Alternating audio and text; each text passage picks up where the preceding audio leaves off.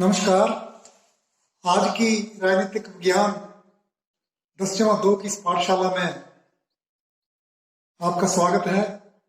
आज का जो मेरा विषय है वो आपकी पाठ्य पुस्तक भाग बी का 7वां पाठ है, भारत रूस संबंध। भारत रूस और अन्य साम्यवादी देशों के साथ संबंध। तो मेरा यह बिंदु है आज का, वो भारत और रूस संबंध पर है। भारत और रूस का संबंध 1947 से ही बहुत बेहतर रहे हैं। एक रूस ही ऐसा देश था जो भारत का बहुत ही विश्वास पात्र मित्र रहा है, मित्र देश रहा है। सबसे पहले क्योंकि स्वतंत्रता प्राप्ति के बाद रूस और भारत, भले ही रूस जो था वो द्विध्रुवीय में एक ध्रुव साम्यवाद का नेतृत्व रूस कर रहा था, भारत गुटनिरपेक्षता को बढ़ावा दे रहा था, लेकिन दोनों देशों के संबंध जो थे वो बड़े प्रगाढ़ रहे हैं। और 1971 में पहली बार भारत के शांति, मैत्री और सहयोग की संधि पर हस्ताक्षर हुए थे। और उसके बाद 1990 में, दिसंबर 1990 में सोवियत रूस का विघटन हो गया। पहले सोवियत रूस के साथ 15 देश जो थे वो सोवियत रूस में थे, और धीरे धीरे करके दिसंबर 1991 तक सारे देश जो थे वो स्वतंत्र हो गए और वो पूंजीवाद की व्यवस्था को उन्होंने अपना लिया। और जब सोवियत रूस का एक रूस बहुत बड़ा एक देश था, वो एक स्वतंत्र गणराज्य के रूप में स्थापित हुआ 1 जनवरी 1992। और उसके बाद भारत और रूस के आपसी संबंधों को हम 5 भागों में विभाजित करेंगे। यह आपकी पाठ्य पुस्तक पर नहीं मिलेगा, इसलिए इसको 5 भागों में विभाजित किया जाएगा कि आप लोग इसको अच्छी तरह समझ सकें। घटनाओं का जो है वो हमें ज्ञान जो है वो ज्यादा होगा, उससे हमें अपनी देश की समसामयिक घटनाओं का विवरण भी मिलेगा और हमारा जो है वो एक सामान्य ज्ञान भी बढ़ेगा। तो इस संबंध को हम 5 भागों में विभाजित करेंगे। जब से गणराज्य रूस अस्तित्व में आया 1992 से, तो पहला यह है कि पहला है इसमें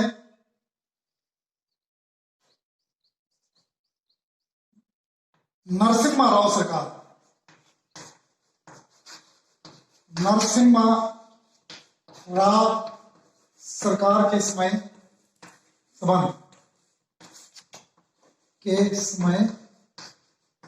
संबंध नरसिम्हा राव की सरकार 1991 में अस्तित्व में आई और 1995 तक, 1991 से 1995। इस सरकार में सबसे पहले 1993 में, दिसंबर 1993 में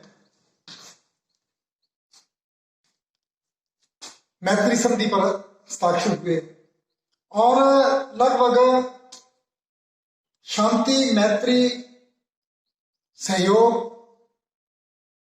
पर समझौते हुए। और फिर 1994 में, 1994 में सैन्य तकनीक पर समझौता हुआ। उस समय के रूस के राष्ट्रपति बोरिस जेल्त्सिन जो पहले राष्ट्रपति बने रूस के, बोरिस येल्त्सिन, ये पहले राष्ट्रपति थे। तो ये भारत की यात्रा पर आए 1993 में, और फिर 1994 में नरसिम्हा राव रूस गए और सैन्य तकनीक पर इन्होंने हस्ताक्षर किए।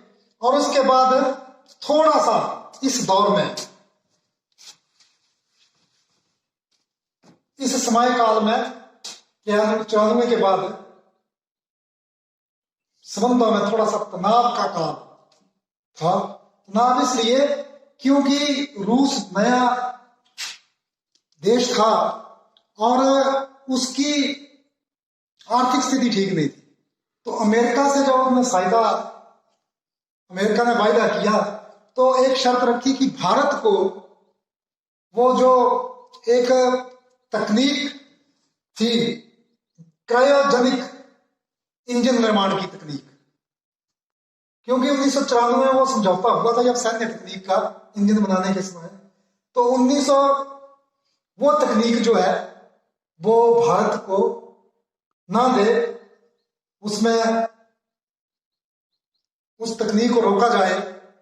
इस कारण अमेरिका ने रूस को आर्थिक मदद की। तो थोड़ा तनाव उसमें रहा 95 में, 1995 में।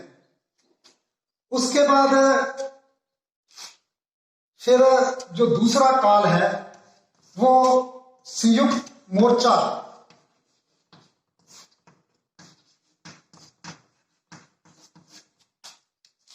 के समय में संबंध, इस समय में ये जो काल था ये 1996 में था।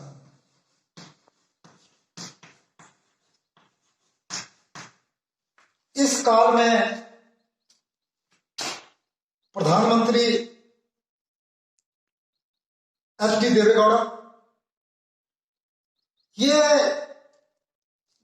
काल जो था वो मैत्री पूर्ण संबंधों का काल था। यहां शुरू किया क्योंकि एच.डी. देवेगौड़ा जो थे वो 1996 में रूस गए और उनके साथ मैत्रीपूर्ण संबंधों पर हस्ताक्षर हुए।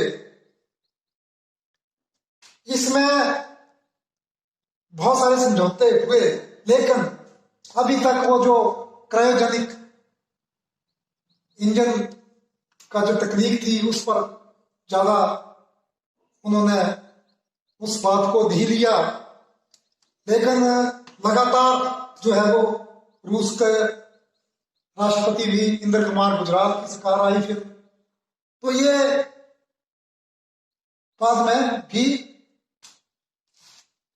वहां से राष्ट्रपति उधर जाते रहे, उधर से उधर प्रधानमंत्री के दौरे भी हुए। तो ये एक मैत्री का एक अच्छा काल जो था, अच्छा रहा इसमें। और तीसरा इसमें अटल बिहारी वाजपेयी के काल में, अटल बिहारी वाजपेयी का काल जो था वो 1998 से लेकर 2003 तक रहा। और इस काल में भी भारत और रूस की मित्रता प्रगाढ़ होती चली गई। 1998 में हालांकि भारत ने परमाणु विस्फोट किए 5, पोखरण में 11 मई से 13 मई तक के बीच में।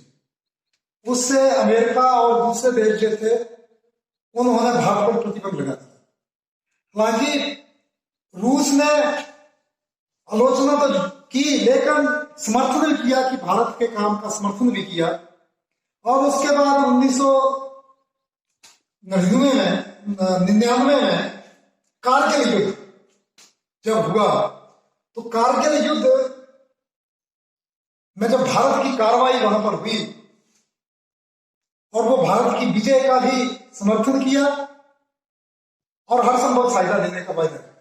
उसके बाद दिसंबर 1999 में हमारा जो एक विमान काठमांडू से दिल्ली आ रहा था उसका अपहरण हो गया, तो उसकी आलोचना में भी रूस ने काफी आलोचना की। और 2099 से हर वर्ष शिखर सम्मेलन रखने की सहमति हुई और 99 के बाद लगातार 2000 में, 2001 में, 2002 में, कभी रूस में, कभी भारत में, वाजपेयी के समय जो है वो एक अच्छी मित्रता स्थापित हुई इसमें। और चौथा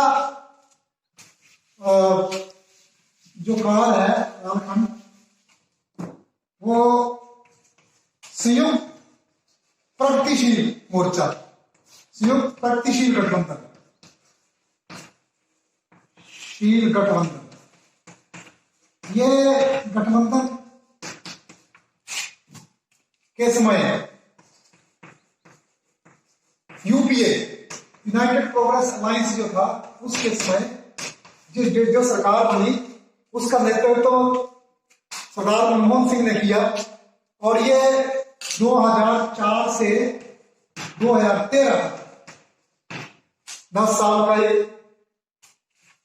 लंबा समय काल जो वाजपेयी के समय से शिखर सम्मेलन होते थे, उस शिखर सम्मेलन लगातार वो होते गए और प्रतिवर्ष वार्षिक शिखर सम्मेलन होते गए। उसके बाद 9 मई 2005 को मैं प्रधानमंत्री सरदार मनमोहन सिंह रूस की यात्रा पर गए और वहां पर विश्व युद्ध जो सेकंड वर्ल्ड वॉर था, उस सेकंड वर्ल्ड वॉर में शहीदों को श्रद्धांजलि देने के लिए गए और वहां पर श्रद्धांजलि देने के बाद बहुत सारे समझौते हुए। उसके बाद 2010 में 26/11 का, जो 2008 में 26/11 मुंबई में उग्रवाद की जो घटना हुई, उसके विरोध में भी रूस ने भारत का पूरा साथ दिया और भारत को यथाशक्ति सहायता दी। 2008 में ही लगभग 29 समझौते किए गए और ये समझौते जो थे वो तकनीक के, ऊर्जा के क्षेत्र में, बिजली के क्षेत्र में, या फिर परमाणु संयंत्र स्थापित करने की दिशा में काम करने के लिए निवेश करने के क्षेत्र में हो, चाहे वो दूसरे जो क्षेत्र है जिसमें लड़ाकू विमान की बात की गई हो, चाहे दूसरा जो हमारी समुद्री उसके लिए भी बहुत सारा जो है वो वहां पर समझौते इसमें हुए। 29 जो एक पैक्ट हुआ उसमें। और उसके बाद 2010 में परमाणु जो प्रौद्योगिकी, रिएक्टर प्रौद्योगिकी प्रोजेक्ट, ये कड़कुंडलम में, ये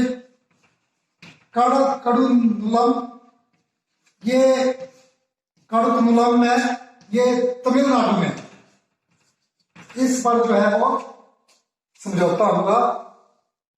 और इसके साथ ही लगभग 250 जो लड़ाकू विमान थे वो देने पर सहमति बनी। और 2011 में इस प्रोजेक्ट को जो फाइनल किया, जो बिजली संयंत्र कड़कुंडलम में तैयार करना था, उस पर सहमति बनी। तो ये संयुक्त प्रगतिशील गठबंधन के समय। और ये अंतिम है अब नरेंद्र मोदी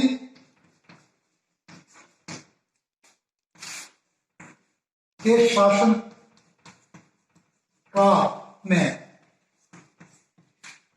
नरेंद्र मोदी का शासनकाल 2014 से 2000 से अब तक चल रहा है। वो 2014 में बहुत सारे समझौते जो थे वो किए गए और इसमें लगभग रूसी राष्ट्रपति भारत पहुंचे 2014 में। और 2014 में 15 वार्षिक सम्मेलन था, क्योंकि 1999 से ये कॉन्फ्रेंस होते रहते थे। तो उस कॉन्फ्रेंस में जो है वो सहयोग, मैत्री और शांति के लिए 20 समझौते हुए 2014, दिसंबर 2014 लगभग 20 समझौते किए। और इसको आगे ले जाने के लिए 2018 में, 2017 में जो लगभग 17वीं वर्ष का, क्योंकि 1947 में भारत के साथ राजनीतिक संबंध जो है भारत ने रूस के साथ बनाए थे, और इन संबंधों का 17वीं वर्षगांठ मनाने का निश्चय हुआ, और उसमें प्रधानमंत्री नरेंद्र मोदी है और के राष्ट्रपति व्लादिमीर पुतिन ने मिलकर के एक समझौते पर हस्ताक्षर किए, और ये सैन्य तकनीक के समझौते और दूसरे समझौते जो है वो हुए। इसके साथ ही भारत के जो संबंध थे वो रूस के साथ बहुत अच्छे रहे हैं, लेकिन बीच में क्योंकि भारत ने एक समन्वय स्थापित किया, अमेरिका के साथ अच्छे संबंध रहे बनाए हैं नरेंद्र मोदी ने, उसके बाद जो साम्यवादी देश है उनके साथ भी अच्छे संबंध स्थापित किए हुए हैं। तो इस तरह से ये 5 भागों में विभक्त किया है ताकि इसको समझने में आसानी हो कि कब क्या हुआ और उस समय में क्या क्या समझौते हुए। तो भारत और रूस के संबंध पर ये 5 जो यहाँ पर शीर्षक दिए हैं उसको करके अच्छी तरह से हम लोग उसको समझ सकते हैं। तो आज के लिए इतना ही।